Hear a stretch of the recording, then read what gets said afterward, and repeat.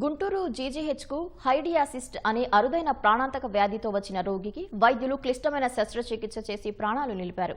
ప్రకాశం జిల్లా మాధవరానికి చెందిన ప్రసాద్ హైడియాసిస్ట్ బారిన పడ్డారు. దీంతో అతనికి కామెర్లు వచ్చి కాలేయంలో గడ్డలు ఏర్పడ్డాయి. ప్రైవేట్ ఆసుపత్రిలో వైద్యం చేయలేమని చేతులెత్తేయడంతో ప్రసాద్ జీజీహెచ్ను ఆశ్రయించారు. జీజీహెచ్ జనరల్ సర్జన్ విభాగాధిపతి కిరణ్ కుమార్ నేతృత్వంలోని బృందం ప్రసాద్ కాలేయంలోని గడ్డలను తొలగించి అతని ప్రాణాలు నిలిపింది. ఎంతో క్లిష్టమైన చికిత్స చేసి రోగి ప్రాణాలు కాపాడిన వైద్య బృందాన్ని జీజీహెచ్ సూపరింటెండెంట్ డాక్టర్ రమణ అభినందించారు. ప్రైవేటు ఆసుపత్రిలో 10 లక్షల వరకు వసూలు చేసే ఈ చికిత్సకు ఎన్టీఆర్ వైద్య సేవ కింద ఉచితంగా నిర్వహించినట్లు తెలిపారు. ఈ వ్యాధి కుక్కలు, గొర్రెల నుంచి మనుషులకు వస్తుందని వైద్యులు తెలిపారు.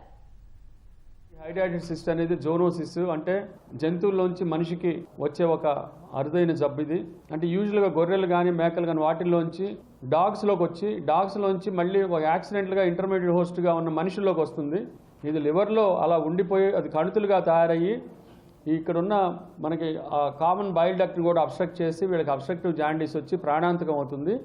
సో అలాంటి ప్రాణాంతకమైన పరిస్థితుల్లో మన దగ్గరికి వచ్చినప్పుడు మన ఏకుల కిరణ్ కుమార్ గారు దీన్ని కనిపెట్టి దీనికి మన దగ్గర ఉన్న ఆపరేషన్ గదులు ఉపయోగించి మన ఎన్టీఆర్ వైద్య సేవలు దీనికి రూపాయి కూడా ఖర్చు కాకుండా అన్ని ఇన్వెస్టిగేషన్ చేసి ఆపరేషన్ చేసి ఈ పేషెంట్ని మన ముందు లైవ్గా చక్కగా హాయిగా ఇక్కడ 100 ఏళ్ళు నిండు జీవిస్తాడని నేను అనుకుంటున్నాను. ఈ ప్రసాద్ అనే అతను కుక్కల ద్వారా వచ్చే రేబిస్ వ్యాధే కాకుండా హైడియాసిస్ అనేది చాలా అరుదుగా కాదు, ఇది చాలా కామన్గానే మనం చూస్తూ ఉన్నాం.